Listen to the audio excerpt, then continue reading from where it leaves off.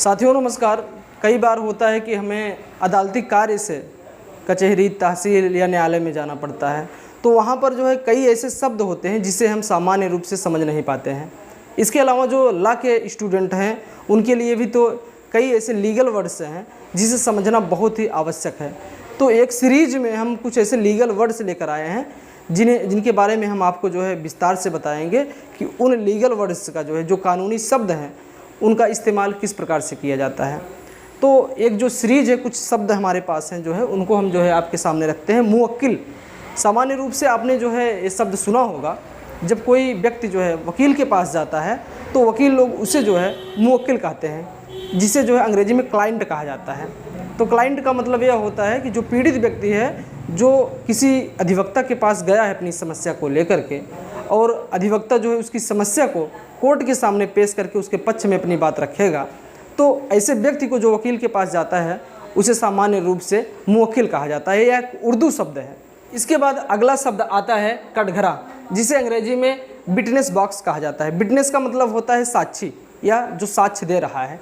आपने फिल्मों में देखा होगा कि जब फिल्म में अदालती कार्रवाई चल रही होती है, न्यायिक कार्रवाई चल रही होती है, तो जो जज होते हैं अक्सर किसी आरोपी से या फिर विटनेस से, जो साक्षी होते हैं उनसे सवाल पूछते हैं। तो उनके लिए एक बॉक्स बना होता है जो कि कटघरे टाइप का होता है और घेरा रहता है चारों तरफ से, तो उसे कटघरा कहते हैं। उसे अंग्रेजी में विटनेस बॉक्स कहा जाता है। अगले शब्द की तरफ हम चलते हैं, निस्तारण, जिसे हम डिस्पोज कहते हैं। कई ऐसे मामले होते हैं जब आपने सुना होगा कि मामला तो डिस्पोज हो गया। डिस्पोज का मतलब होता है कि वो समाप्त हो गया, निस्तारण उसका हो गया। जब कोई मामला होता है जो अदालत में चल रहा है या फिर तहसील स्तर पर चल रहा है, तो ऐसे मामले का कभी कभी निस्तारण हो जाता है। कई मामले तो ऐसे होते हैं जो सालों साल चलते हैं, लेकिन कुछ मामले ऐसे होते हैं जिनका निस्तारण हो जाता है। तो यह कहा जाता है कि मामला डिस्पोज हो चुका है। अगला शब्द है बहस। वैसे देखा जाता है तो आम लोग बहस का मतलब झगड़ा समझते हैं, लेकिन अदालती कार्रवाई के दौरान जब दो अधिवक्ता आपस में अपने जो क्लाइंट होते हैं उनके पक्ष में जब दलील पेश करते हैं, तर्क वितर्क करते हैं, तो उसे बहस कहा जाता है, जिसे अंग्रेजी में आर्गूमेंट कहा जाता है। अगला शब्द है आरोप, जिसे एलिगेशन कहा जाता है। अक्सर आपने यह शब्द सुना होगा टीवी में डिबेट होते समय, या फिर राजनीतिक दलों के लोग जब एक दूसरे पर कोई आरोप लगाते हैं तो कहा जाता है कि उन्होंने एक दूसरे के ऊपर एलिगेशन लगाया है। या फिर कभी कभी तहरीर दी जाती है, जो शिकायती पत्र पुलिस को दिया जाता है, तो पुलिस उनसे पूछती है कि क्या क्या एलिगेशन लगाया है आपने, कौन कौन सी धारा उसके आधार पर बन रही है। तो एलिगेशन का मतलब होता है आरोप। अगला शब्द है समन।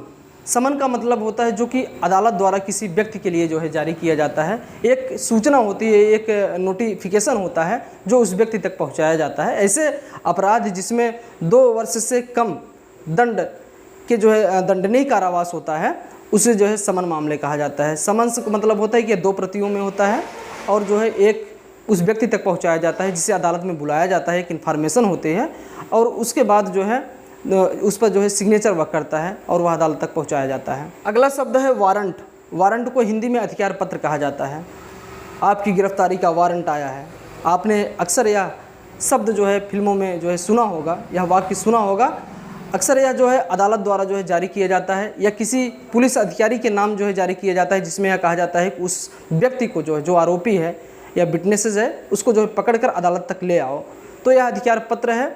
और 2 वर्ष से अधिक से दंडनीय कारावास जिसमें हो, या फिर आजीवन कारावास हो, या फिर मृत्युदंड हो, तो ऐसे मामलों में न्यायालय वारंट जारी करती है। अगला शब्द है संज्ञेय अपराध, जिसे अंग्रेजी में कॉग्निजेबल ऑफेंस कहा जाता है। कॉग्निजेबल ऑफेंस का मतलब यह होता है कि यह गंभीर प्रवृत्ति का अपराध होता है, जिसमें पुलिस अधिकारी को यह शक्ति होती है, यह पावर होती है कि वह उस व्यक्ति को जिसके ऊपर सस्पेक्ट है कि हाँ इस व्यक्ति ने अपराध किया है, जिसके ऊपर एलिगेशन लगा है, उस व्यक्ति को बिना वारंट के ही उस व्यक्ति को पकड़ करके गिरफ्तार कर सकती है।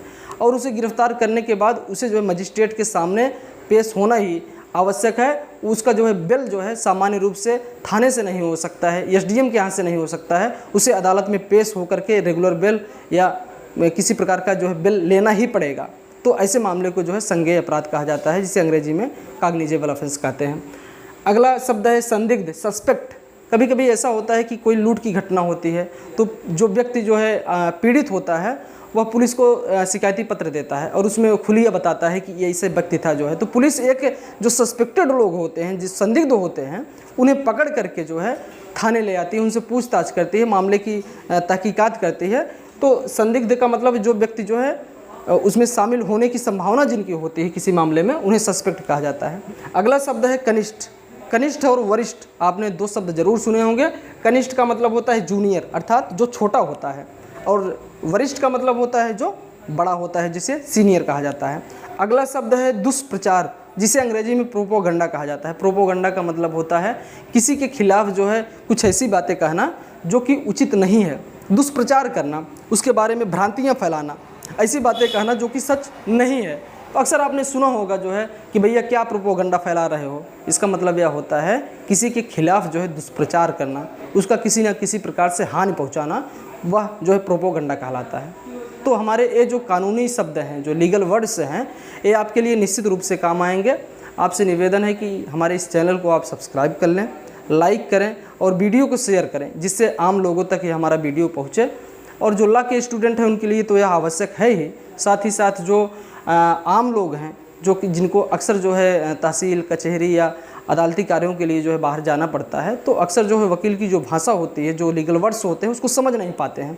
अगर आप इस सीरीज़ को देखते रहेंगे तो निश्चित रूप से जो है आप समझ जाएंगे कि लीगल वर्ड्स में जो है ये शब्दों का अर्थ क्या है, उसे आप हिंदी में समझ सकेंगे। धन्यवाद।